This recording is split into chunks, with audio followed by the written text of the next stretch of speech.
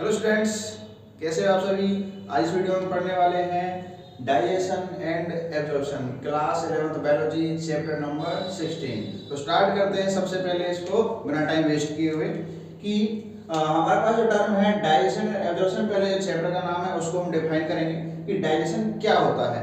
Digestion का मतलब होता है फूड जो है उसका पचना, लेकिन अगर हम बायोलॉजी में उसकी बात करते हैं तो क्या होता है, it is a process in which complex component या complex food material break down into simpler form with the help of various enzyme. तो ये ऐसी प्रोसेस है इसमें क्या है, जो लार्ज आपके मॉलिक्यूल होते हैं, कंपोनेंट होते हैं, उनके स्मॉल कंपोनेंट में टूटना किसी सहायता से, एंजाइम्स की सहायता से, वो कहलाता है डाइजेशन। एब्जॉर्प्शन क्या होता है, एब्जॉर्प्शन का मतलब है कि जो आपका डाइजेस्टेड फूड है उसका ब्लड में मिक्स होना ताकि वहां से आपको एनर्जी मिल सके।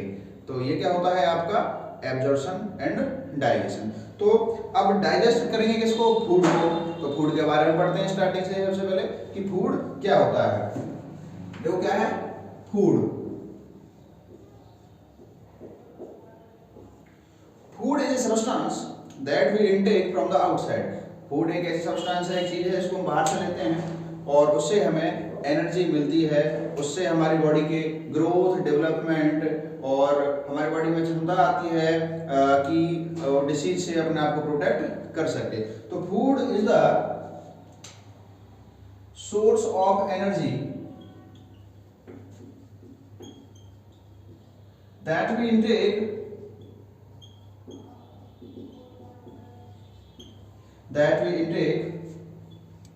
from outside for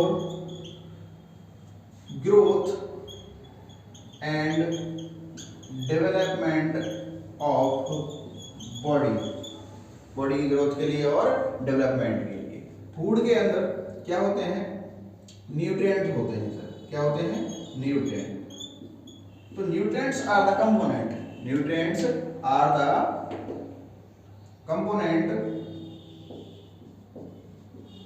which cannot synthesize in our body, जो हमारी बॉडी में सिंथेसाइज नहीं होते हैं तो उनको क्या है हमें बाहर से लेना होता है।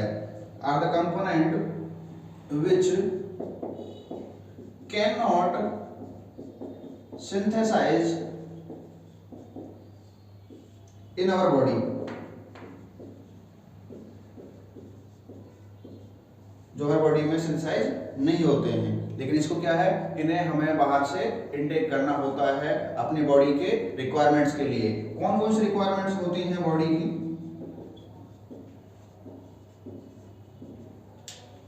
जो है आपका ग्रोथ,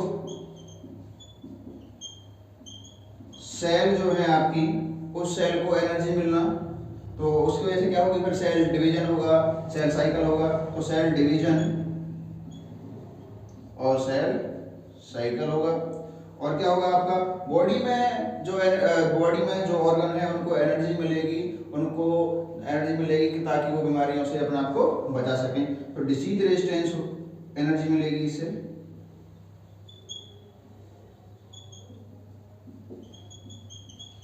और क्या करेगा फूड हमारे बॉडी में मेटाबॉलिज्म में हेल्प करेगा।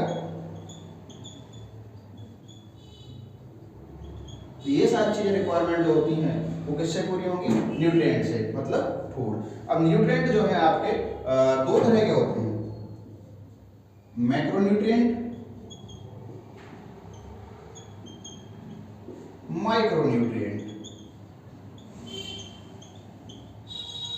जो आपके पास ये मैक्रोन्यूट्रिएंट होते हैं, ये क्या है, हमें ज्यादा अमाउंट में चाहिए हमारी बॉडी के ग्रोथ के लिए, डेवलपमेंट के लिए। इन न्यूट्रिएंट्स की जरूरत हमारी बॉडी को ज्यादा होती है। तो बेसिकली कौन कौन से न्यूट्रिएंट्स होते हैं जिनसे हमारी बॉडी को रिक्वायरमेंट ज्यादा होती है, जैसे कि आपका हो गया फैट, हो गया प्रोटीन, हो गया फैट, प्रोटीन, कार्बोहाइड्रेट, लिपिड्स। ये जो चीजें हैं आपके, ये क्या है, macronutrient, because they are required in a large quantity, large amount for the growth and development of our body.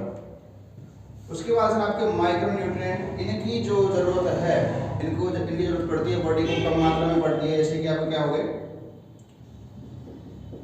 vitamins,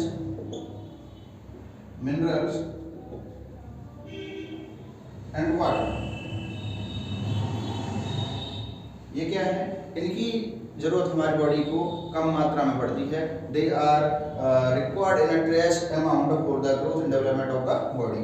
और ये क्या करते हैं हमारी बॉडी में? मेटाबॉलिज्म में हेल्प करते हैं और जो वेरियस एक्टिविटीज हैं प्रोटेक्शन की बॉडी को, उसमें भी ये क्या करती हैं? हेल्प करती हैं। अब न्यूट्रिएंट हो गया, एक कंपोनेंट हो गया। इसके बाद बात करते हैं न्यूट्रिशन कि न्यूट्रिशन क्या होता है। Nutrition is the process. Nutrition क्या होता है? प्रोसेस है। The nutrition is the process by which we intake nutrients in our body for their development and growth and for various activities that occur in body। अब nutrition जो है आपका, यह process है, एक प्रक्रिया है फूड को लेने की। तो न्यूट्रिशन की जो प्रोसेस है, मोड ऑफ न्यूट्रिशन जो होते हैं दो तरह के हैं कि आपका एक तो हो गया autotroph, autotrophic mode of nutrition. दूसरा हो गया हमारा heterotroph, heterotrophic mode of nutrition. अब जो ऑटोट्रॉफ है आपका, ये दो तरह का हो सकता है। एक तो आपका रहेगा फोटो ऑटोट्रॉफ,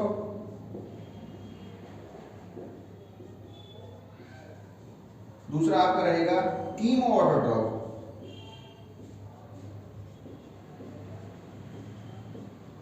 अब फोटो ऑटोट्रॉफ क्या होता है? फोटो ऑटोट्रॉफ देखो ऑटोट्रॉफ्स क्या होते हैं? ऑटोट्रॉफ मोड ऑफ न्यूट्रिशन क्या है? It is a mode of nutrition in which any organism is able to make its food out self या देन सेल्फ। मतलब इसमें क्या है? ऑर्गेनिज्म अपना फूड खुद बना सकते हैं।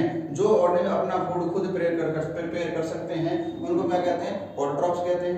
तो उसी को क्या कह रहे हैं? Autotrophic mode of nutrition. तो ये जो है ये इसका टाइप है फोटोट्रॉफिक मोड ऑफ न्यूट्रिशन। इसमें क्या है? प्लांट का हम एग्जांपल लेते हैं। प्लांट जो है वो सनलाइट का इस्तेमाल करते हैं अपने फूड को प्रिपेयर करने के लिए और उससे उसको क्या मिलती है? एनर्जी मिलती है। तो सनलाइट ही उसके लिए क्या हो गया? सोर्स ऑफ एनर्जी हो गया। तो फोटोट्रॉफ का एग्जांपल आपका क्या हो जाएगा? प्लांट हो गया। तो the organism which can prepare their food with the help of sunlight are known as photoautotrophs। Example आपका हो गया प्लांट। अब कीमो ऑटोट्रॉफ क्या होता है? Chemoautotroph are the organism, chemoautotroph are the organism which can prepare their food with the help of chemical reaction या which can get their energy with the help of chemical reactions। उनको क्या कहते हैं? Chemo autotroph. Chemo मतलब chemical process से ये अपना food तैयार करते हैं। एग्जांपल के तौर पे मैं यहाँ पर लिखता हूँ मीथेनोजन। जो आपका ये है मीथेनोजन, ये बैक्टीरिया, ये क्या है? ये अपना फूड केमिकली प्रोसेस के द्वारा इस्तेमाल करता है, कोई केमिकल प्रोसेस के द्वारा अपना फूड तैयार करता है। तो ये आपका क्या हो जाएगा? Chemo autotroph. बात करते हैं हेट्रोट्रॉफ की। जो हेट्रोट्रॉफ है आपका, हेट्रोट्रॉफ मोड ऑफ न्यूट्रिशन क्या होता है? It is A type of nutrition in which any organism is not able to prepare its food ourselves, so they are depend on other organism like animal, plant and fruits, anything। So the organism which cannot prepare their food itself but depend on the other organism for their food are known as heterotroph। तो इसके कई type हैं। Heterotrophic जो है आपका, जो क्या हो गया? पहला आपका होलोजोइक मोड ऑफ न्यूट्रिशन, एक आपका हो जाएगा parasitic mode of nutrition. Next है आपका सैप्रोफिटिक या सैप्रोफाइटिक या सैप्रोट्रॉफ मोड ऑफ न्यूट्रिशन। और आपका जो फोर्थ है इसमें वो क्या हो जाएगा? आपका सिम्बायोटिक मोड ऑफ न्यूट्रिशन। ये जो है हमने मोड ऑफ न्यूट्रिशन को चार पार्ट में बांटा है आपके हेट्रोट्रॉफ्स को। Holozoic mode of nutrition, parasitic mode of nutrition, saprotroph mode of nutrition, symbiotic mode of nutrition. इन सबको हम अभी बारी बारी से पढ़ने वाले हैं। तो वीडियो को स्किप नहीं करना है, एंड तक बने जरूर रहना है। तो जो है आपका, अच्छा इससे पहले आपको यहाँ पे एक बात देता हूँ कि जो आपके ऑटोट्रॉफ और हेट्रोट्रॉफ दोनों का मिक्सचर होता है उसको हम कहते हैं मिक्सोट्रॉफिक। क्या कहते हैं? मिक्सोट्रॉफ कहते हैं उसको। तो वो क्या होता है? मिक्सोट्रॉफ। तो होलोजोइक मोड ऑफ न्यूट्रिशन क्या होता है? It is A type of nutrition in which any organism engulf its food directly through the mouth, जिसमें क्या है ऑर्गेनिज्म फूड को मुंह के द्वारा डायरेक्ट निकलता है, उसको क्या कहते हैं होलोजोइक मोड ऑफ न्यूट्रिशन कहते हैं। इसके बहुत सारे टाइप हैं, अभी हम पढ़ने वाले हैं। तो पहले मैं इंट्रो देता हूं उनका। पैरासिटिक मोड ऑफ न्यूट्रिशन क्या होता है? It is a type of nutrition, it is a type of nutrition in which A organism gate its food from the host body. कि मान के चलते हैं कि जैसे कि डॉग्स होते हैं, डॉग्स की बॉडी पे टिक्स एंड लिक्स होते हैं, तो छोटे छोटे कीड़े होते हैं, वो उसकी बॉडी पे रह के वहां से क्या है खून पीते हैं उसका, और उससे क्या मिलता है उसको एनर्जी मिलती है, उसको क्या हो गया फूड हो गया। तो अगर कोई एक ऑर्गेनिज्म दूसरे ऑर्गेनिज्म की बॉडी पे रहे और वहां से अपना फूड जो है लेता है, तो उस प्रोसेस को हम क्या कहेंगे पैरासिटिक मोड ऑफ न्यूट्रिशन, उसको हम क्या कहते हैं। एक है आपका सेप्रोट्रॉप्स। सेप्रोट्रॉप्स क्या होते हैं? Saprotrophs is a mode of nutrition in which organism depend for their food on the dead material. Dead material या डेड ऑर्गेनिज्म पे ये आप क्या है डिपेंड करते हैं अपने फूड के लिए, उनको हम क्या कहते हैं सेप्रोट्रॉप्स कहते हैं। यहाँ पे एक बड़ा ही इंटरेस्टिंग और बहुत ही जरूरी टॉपिक है symbiotic mode of nutrition. Symbiotic mode of nutrition क्या है? ये एसोसिएशन होता है। एसोसिएशन का मतलब है कि इसमें दो अलग अलग स्पीशीज जो है एक साथ रहती हैं और उन दोनों को क्या है एक दूसरे से क्या होता है बेनिफिट होता है, तो ये म्यूचुअलिज्म में हो गया। ये सिम्बायोटिक प्रोसेस क्या हो गया कि म्यूचुअलिज्म है, इसमें बहुत इसमें क्या होता है the both species get benefit with each other. जैसे कि एग्जांपल के तौर पे हम बात करते हैं इकोलाई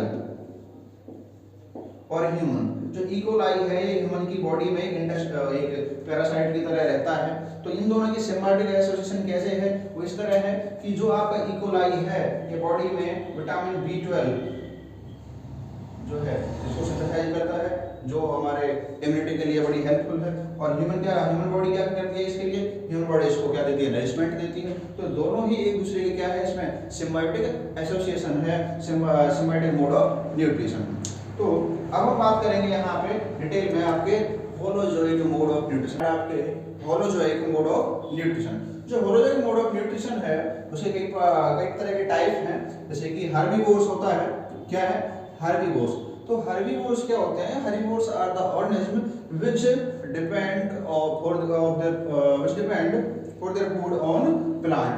वो अपने फूड के लिए प्लांट पे डिपेंड होते हैं डायरेक्टली और indirectly. The organism which depend for their food directly और indirectly on plant are known as herbivores. तो मैंने शॉर्ट में लिख रखा है ताकि यहाँ पे वीडियो ज्यादा लंबी नहीं हो और आपको कम टाइम में कंटेंट ज्यादा मिल सके, आपका जो टॉपिक है जल्दी आपको समझ में आ जाए। तो हर्बीवोर्स क्या होते हैं? जो अपने फूड के लिए डिपेंड होते हैं प्लांट पे, उनको हम क्या कहते हैं? हर्बीवोर्स कहते हैं। एग्जांपल के तौर पे जैसे क्या हो गया आपका गॉट है, काउ, डियर, हॉर्स। तो ये जो भी है आपके बकरी है, गाय है, हिरण है, घोड़ा है, ये किस पे डिपेंड करते हैं अपने फूड के लिए? प्लांट को भी डिपेंड करते हैं, इसलिए इनको क्या कहते हैं? हर्बीवोर्स कहते हैं। दूसरा है आपका कार्निवोर्स। कार्निवोर्स क्या होते हैं? Carnivores are the organism which depend on the other organism for their food. जो अपने फूड के लिए किसी और एनिमल को खाए उसको हम क्या कहते हैं? उसको हम कहते हैं कार्निवोर्स। तो ये क्या करते हैं? ये अपना फूड के लिए डिपेंड करते हैं एनिमल पे। तो एनिमल जो फूड है वो क्या है? सोर्स ऑफ एनर्जी है, तो उसको क्या कहते हैं? कार्निवोर्स। जैसे कि लायन है, टाइगर है, they get their food from the other organism, other animal, so they are known as carnivores. उसके बाद आपका है ओमनिवोर्स। ओमनिवोर्स क्या होते हैं? These are the organisms which depend for their food on plant as well as animal।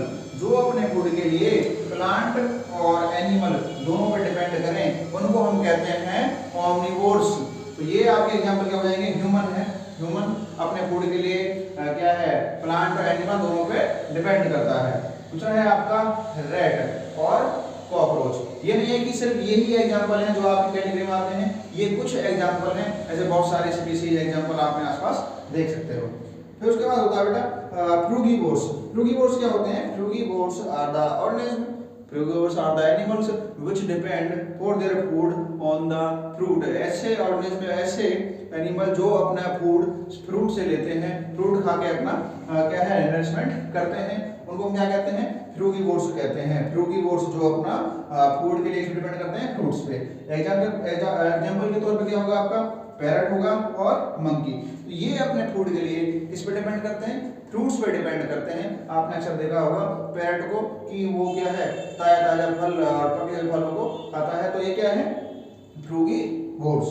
उसके बाद आपका सेंजीवोर्स या सेंगीवोर्स, ये क्या होते हैं, ये ऐसे ऑर्गेनिज्म हैं जो अपने फूड के लिए किसी के ब्लड को चूसते हैं, जैसे कि जो लीच जो है इसे क्या है ब्लड सकिंग एनिमल है जो खून को चूसता है।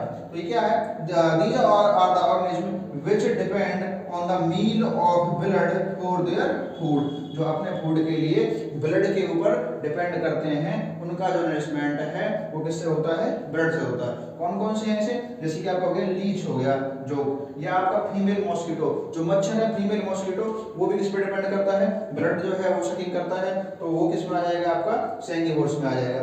एक आपका वैम्पायर बैट, जो बैट है आपका वो भी किस में आएगा, सेंगीवोर्स में, because it's also sucks the blood. उसके बाद नेक्स्ट कैटेगरी है इंसेक्टिवोर्स।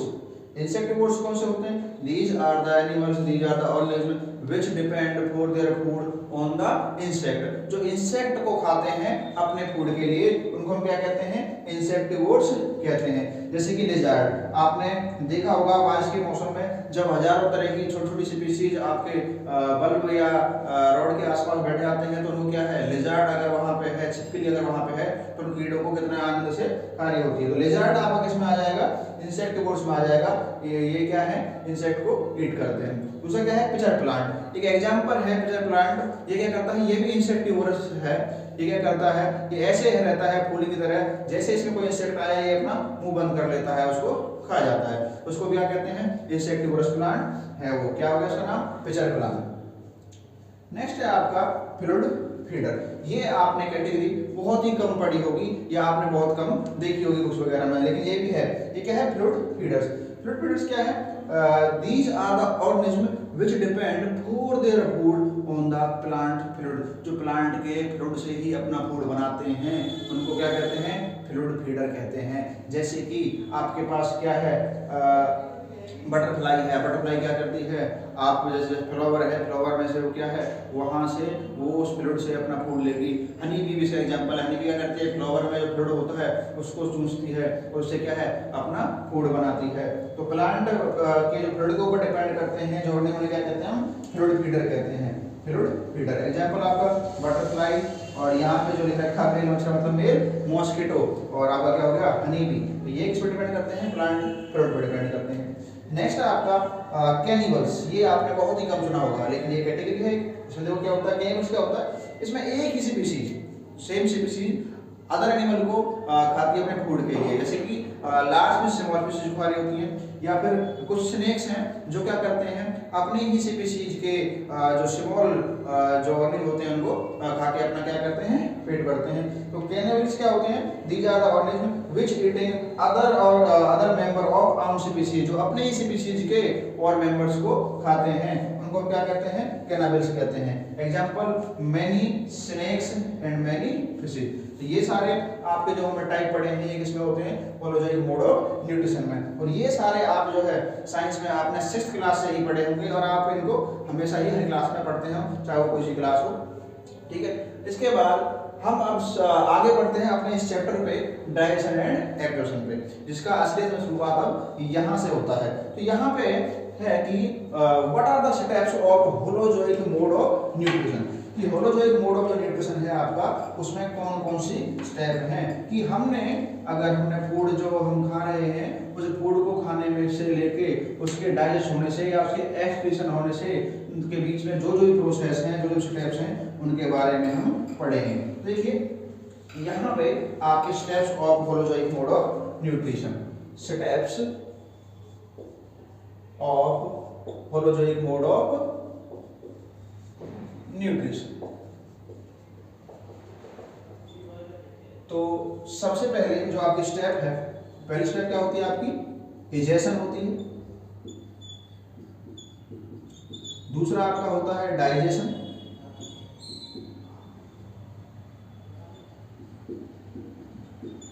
थर्ड होता है आपका एब्जॉर्प्शन,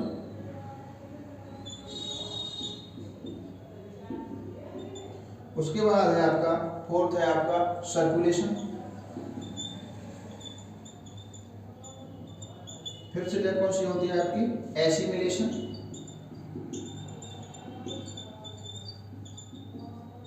और जो आपकी यहाँ पे सिक्स स्टेप है वो है आपकी ईजेशन या फिर एक्सक्रीशन। ये जितने भी स्टेप्स हैं इन सब के बेसिस पे आपका पूरा चैप्टर है, जिसके आप बारे में इस चैप्टर में डिटेल में पढ़ोगे। तो इजेशन क्या होता है? तो इजेशन का मतलब होता है फूड का इनटेक करना। It is the process in which we intake food in our mouth. की क्या है? एक प्रोसेस है जिसमें हम फूड का इनटेक करते हैं, फूड को मुंह में डालते हैं, उसको हम क्या कहते हैं? इजेशन कहते हैं। उसके बाद जब ये मुंह में आपका फूड जाएगा तो यहाँ पे प्रोसेस स्टार्ट होती है आपकी डाइजेशन। डाइजेशन में क्या होगा? अब जो आपने फूड खाया उसमें जो लार्ज कंपोनेंट हैं, जो कॉम्प्लेक्स जो मटेरियल है, कॉम्प्लेक्स कंपोनेंट है, कॉम्प्लेक्स सब्सटेंस है, उनका ब्रेक डाउन होगा स्मॉल कंपोनेंट में। तो देखो इजेशन का क्या हो गया? Intake of food. ये क्या होता है आपका? इनटेक ऑफ फूड हो गया। डाइजेशन क्या हो गया आपका? Break down of complex food material या complex food material into simpler form. किसकी सहायता से होगा? ये किसकी हेल्प से होगा? ये आपका होगा एंजाइम्स की हेल्प से। तो ये भी जो स्टेप्स हैं इसको भी आप डिटेल में अभी इसमें नेक्स्ट में पढ़ने वाले हो। उसके बाद है एब्जॉर्प्शन, कि जो आपका डाइजेस्टेड फूड है उस डाइजेस्टेड फूड का ब्लड में मिलना, ब्लड के साथ मिलके वो पूरी बॉडी में जाएगा ताकि आपकी बॉडी की सेल्स को, टिश्यू को, ऑर्गन्स को एनर्जी मिल सके और वो प्रॉपर्ली काम कर सकें। तो एब्जॉर्प्शन क्या होता है? एब्जॉर्प्शन का मतलब होता है कि जो आपका डाइजेस्टेड फूड है उस डाइजेस्टेड फूड का मिक्स होना, उस डाइजेस्टेड फूड का मिक्स होना किसके साथ? ब्लड के साथ। उसके बाद है आपका सर्कुलेशन। सर्कुलेशन क्या होता है कि जो ब्लड में आपका फूड हुआ है, फूड आपका जो मिक्स हुआ है उसका सर्कुलेट होके उसका पूरी बॉडी के सेल्स के पास पहुंचना। पूरी सेल्स बॉडी में जितने भी आपके सेल्स हैं, टिश्यू हैं, उनके पास उस फूड का ब्लड के साथ सर्कुलेट होके वहां तक पहुंचना। उसके बाद है आपका एसिमिलेशन। ये एसिमिलेशन क्या होता है? एसिमिलेशन का मतलब है utilisation of energy by the cells, कि जो आपका फूड सर्कुलेट होके आपकी सेल्स के पास पहुंचा है वो सेल्स वहां से उस एनर्जी का क्या करेंगे? यूटिलाइज करेंगे। यूटिलाइजेशन ऑफ एनर्जी, उस एनर्जी का क्या करेंगे? इस्तेमाल करेंगे ताकि आपकी बॉडी में जो एक्टिविटीज हैं, जो आपके बॉडी में मेटाबॉलिज्म प्रोसेस हैं, वो रेगुलरली और कंटिन्यूसली हो सके। जब आपका फूड इनटेक किया आपने, उसको डाइजेस्ट हुआ, उसके बाद एब्जॉर्ब हुआ, एब्जॉर्ब होने के बाद वो सर्कुलेट होकर बॉडी में पहुंचा, वहां से सेल्स ने उसमें से एनर्जी को यूटिलाइजेशन किया। उसके बाद अब जो आपका अनडाइजेस्टेड फूड बच गया, जो फूड आपकी बॉडी में ना तो डाइजेस्ट हुआ है, ना एब्जॉर्ब हुआ है, ना सर्कुलेट हुआ है, ना एसिमिलेट हुआ है, उस फूड का क्या है? वो फूड जो है कुछ टाइम के लिए टेम्परेरीली क्या होगा? आपके रेक्टम में स्टोर होगा, लार्ज इंटेस्टाइन में। वहां जब स्टोर होगा तो उसके बाद उसका एक्सक्रीशन होना बहुत जरूरी है। जब उसका एक्सक्रीशन होगा तो उस एक्सक्रीशन की प्रोसेस को, मतलब उस बॉडी के वेस्ट को बॉडी से बाहर निकलने की प्रोसेस को हम क्या कहते हैं? इजेशन कहते हैं, एक्सक्रीशन कहते हैं। तो अब ये जितने भी स्टेप हैं जो मैंने यहाँ आपको शॉर्ट में 6 स्टेप बताई हैं, इनके ऊपर हम चैप्टर को पूरा डिस्कस करने वाले हैं, बड़े अच्छे से पढ़ने वाले हैं डायग्राम के साथ। सबसे पहले मैं यहाँ आपके लिए इसमें डायग्राम बना।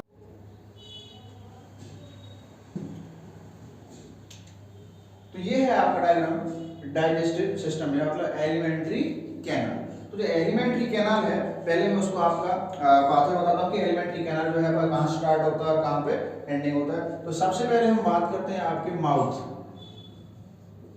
माउथ जो है इसको क्या कहते हैं? Oral cavity. यहां से स्टार्ट होती है आपके फूड के डाइजेस्ट होने की। तो initiation of digestion takes place in oral cavity or mouth. Mouth में आपका यहाँ पे क्या होते हैं? टीथ और टंग। ये आपकी है ओरल कैविटी है। ये क्या है आपकी? ओरल कैविटी, जिसको क्या कहते हैं? बकल कैविटी में क्या है आपके? टीथ और टंग है। तो उसके बाद यहाँ पे ये आपका जो एक चेम्बर है, उस चेम्बर में इसमें से आपका फूड पाइप और वाइन पाइप दोनों जो है आपके बॉडी में ट्रेवल करते हैं। तो ये जो है common chamber for food pipe and went pipe, इसको हम क्या कहते हैं? इसको हम कहते हैं फेरिंग्स कहते हैं, फेरिंग्स। तो सबसे पहले क्या है आपकी ओरल कैविटी है, आपका जो फूड है उसकी स्टार्टिंग कहाँ से होगी? लेसन की ओरल कैविटी। उसके बाद फूड कहाँ आएगा आपका? फेरिंग्स में आएगा। फेरिंग्स से होने के बाद जो आपको ये ट्यूब दिख रही है, एक लंबी जो ट्यूब है, इसको क्या कहते हैं? इसको हम कहते हैं ईसोफेगस कहते हैं। ये क्या होता है आपका? ईसोफेगस होता है। ये जो ईसोफेगस है, ईसोफेगस आपका जो इंटर करता है, ये आपका इंटर इसमें करता है। ईसोफेगस की जो लास्ट वाला पोर्शन है ये आपका ओपन होता है। ये जो आपको दिख रहा है यहाँ पे जे शेप्ड स्ट्रक्चर, इसको कहते हैं स्टोमक। ये क्या है आपका? स्टोमक है। इसको ये क्या है? जे शेप्ड स्ट्रक्चर है इसका, तो ये क्या है? स्टोमक। तो आपका सबसे पहले जो डाइजेशन है स्टार्ट होगा ओरल कैविटी, उसके बाद कहां पे जाएगा? फूड आपका फेरिंग्स से होता हुआ किसमें ओपन होगा?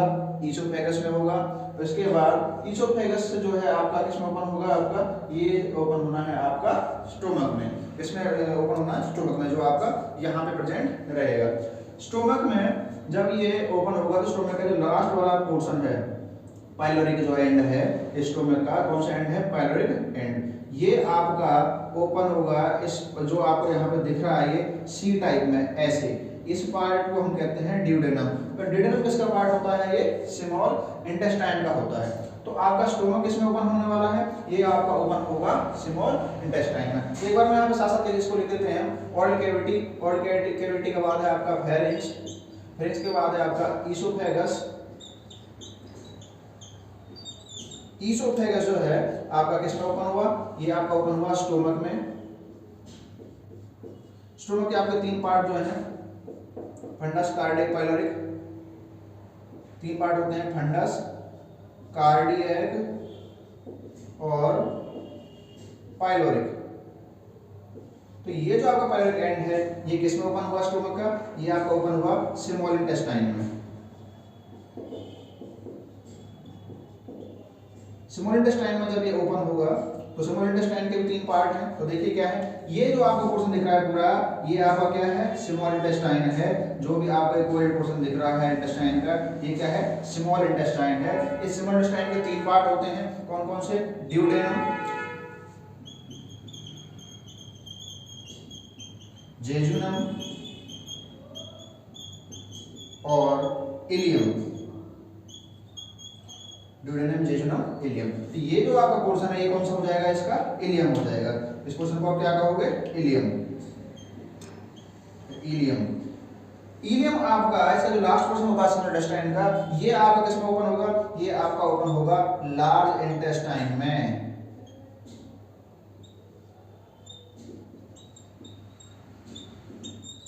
तो लार्ज इंटेस्टाइन, यहाँ पे ये आपका जो आपको ये आपसे दिख रहा है इसमें ब्लू कलर के पेन से, ये क्या है? आपका पूरा लार्ज इंटेस्टाइन है।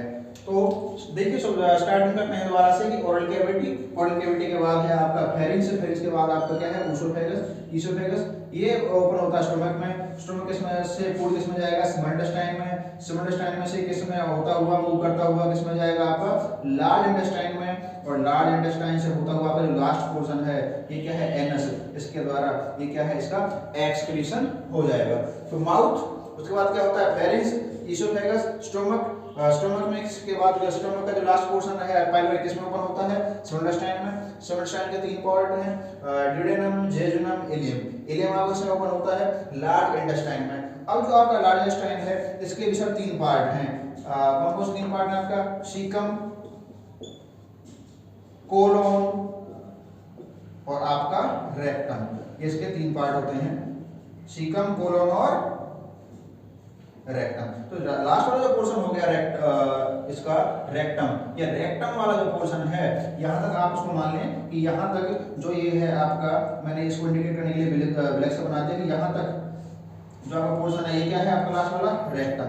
ये रेक्टम किसमें होता है ओपन? आपका एनस में ओपन होता है। तो रेक्टम और एनस, तो रेक्टम आपका किसमें ओपन होगा? एनस में।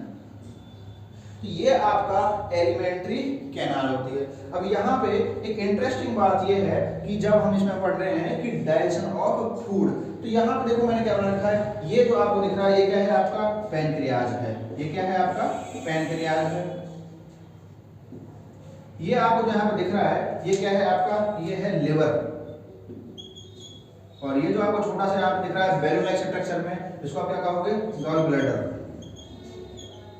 तो देखिए इन सब का भी रोल उसमें क्या है। तो यहाँ मैं आपका डाइजेशन वाला पोर्शन स्टार्ट करा के कि डाइजेशन की मैकेनिज्म क्या है उसको स्टार्ट करने से पहले बताना चाहता हूँ कि सबसे ज्यादा हमारा जो फूड डाइजेस्ट होता है वो कहाँ होता है, स्मॉल इंटेस्टाइन में। तो स्मॉल इंटेस्टाइन का भी वो पोर्शन कौन सा है, वो पोर्शन सर ये है स्मॉल इंटेस्टाइन का आपका, जो आपको दिख रहा है यहाँ पे ये सी के आकार का जो आपको दिख रहा है, यू के आकार का जो आपको दिख रहा है, इस पोर्शन का नाम है आपका ड्यूडेनम है।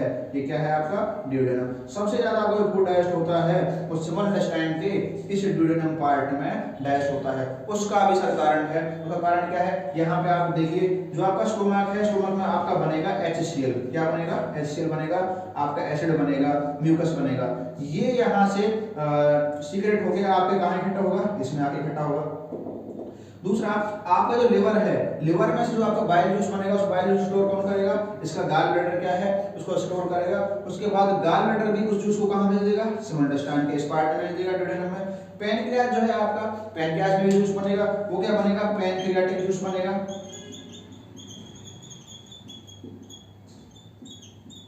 तो आपके लिवर का जो बाइल जूस है वो स्टोमक का जो एसिड है HCl वो भी यहाँ आ रहा है, और पैनक्रियाज का पैनक्रियाज जूस, और स्मॉल इंटेस्टाइन में खुद में जो वहाँ पे म्यूकस है और एंजाइम है वो सारा और क्या है वहाँ पे इकट्ठा हो जाएगा। जब ये सारी चीजें इसमें इकट्ठी हो जाएंगी तो ये क्या करेंगे, जो आपने फूड को खाया है, इंटेक किया है, उसको यहाँ पे क्या होगा, डाइजेशन होगा, चाहे वो क्या है आपका प्रोटीन है, कार्ब है, या क्या है आपका फैट है। तो सबसे ज्यादा जो आपका डाइजेशन होता है वो आप कौन से पोर्शन में होता है, वो आपके इस यू शेप या सी शेप जो आपको दिख रहा है ड्यूडेनम, इसमें होता है, जो क्या है आपका स्मॉल इंटेस्टाइन का पोर्शन है। तो देखिए स्टोमक के 3 पार्ट होते हैं, ये बताया था मैंने, फंडस, कार्डिक और फाइलोरिक। स्मॉल इंटेस्टाइन के 3 पार्ट होते हैं, ड्यूडेनम, जेजुनम, इलियम। ये आपका ड्यूडेनम है, ये जेजुनम, और इसके बाद लास्ट पोर्शन में आता है ये क्या है यहाँ पे आपका इलियम है।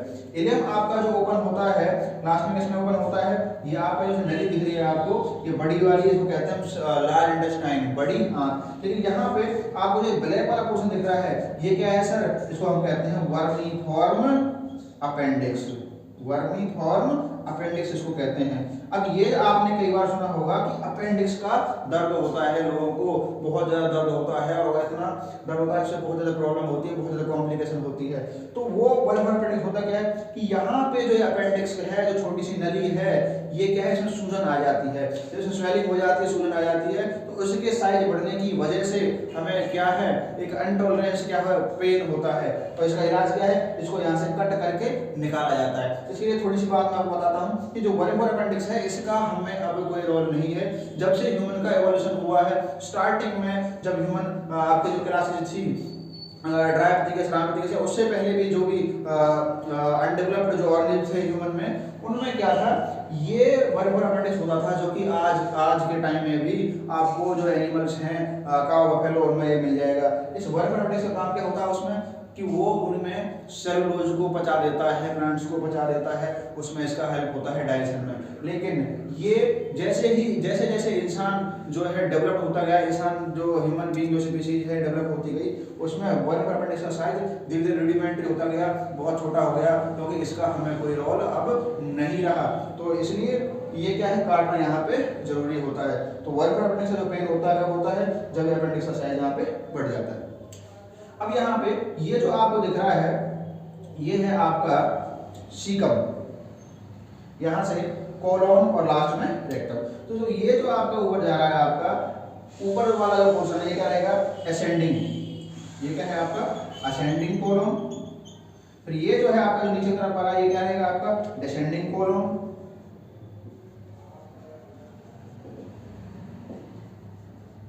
और ये आपका जो यहाँ पे है इसको क्या कहेंगे, इस पार्ट को ट्रांसवर्स कोलोन। लास्ट में क्या है आपका रेक्टम है। एक बार दोबारा से रिपीट करता हूँ मैं इसको, आपका सबसे पहले फूड का डाइजेशन कहाँ स्टार्ट होता है, ओरल कैविटी में, वहां से वो फेरिंक्स से होता हुआ चैम्बर से कहाँ जाता है, आपका फूड पाइप जो है ईसोफेगस उसमें जाता है, वहां से फूड ट्रेवल करता हुआ आपका जो है इसमें आएगा, इसमें स्टोमक में आएगा, जहाँ पे HCl इसको क्या है तोड़ने में मदद करेगा। फिर यहाँ से आपका लिवर का बाइल जूस इकट्ठा होकर आएगा इसमें, और यह स्टोमक इसमें खुलेगा आपका, ये आपका बनना है स्मॉल इंटेस्टाइन में। स्मॉल इंटेस्टाइन में जब सारा फूड डाइजेस्ट होगा, उसके बाद ये कहाँ ट्रेवल करेगा, आपकी स्मॉल इंटेस्टाइन के पार्ट में अब ये ट्रेवल करेगा, जो आपके ड्यूडेनम, जेजुनम और इलियम। इलियम लास्ट में आपका किसमें ओपन होगा, सीकम, कोलन और रेक्टम, और रेक्टम लास्ट में आपका किसमें ओपन होता है, एनस में। इस तरह आपके प्रोसेस होती है डाइजेशन से इजेशन, मतलब इंजेशन, डाइजेशन और फिर इजेशन या फिर एक्सक्रीशन। ये है आपका फर्स्ट पार्ट है डाइजेशन एंड एवोल्यूशन का। इसके बाद जो आपका सेकंड पार्ट रहेगा इस वीडियो का, उसमें आपको पूरी मैकेनिज्म पढ़ाऊंगा कि जो आपने जो फूड आप इंटेक करते हो, fat, carbohydrate, protein, water, mineral, वो कैसे डाइजेस्ट होते हैं, किस किस चीज़ के द्वारा डाइजेस्ट होते हैं, कहाँ कहाँ डाइजेस्ट होते हैं, कितना % फूड कहाँ डाइजेस्ट होता है, कैसे कैसे नहीं। और दूसरी बात है कि एब्जॉर्प्शन, कि जो भी हमने फूड खाया है उसका एब्जॉर्प्शन कहाँ होता है, जो डाइजेशन फूड है उसका एब्जॉर्प्शन कहाँ होगा, माउथ में, स्टोमक में, स्मॉल इंटेस्टाइन, लार्ज इंटेस्टाइन, जो भी पार्ट हैं उन सबको हम पढ़ेंगे।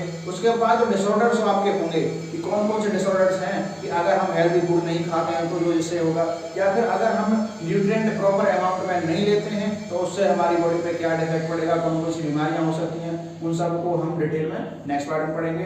तो इस वीडियो को जितना हो सके शेयर करना, लाइक करना। Thank you.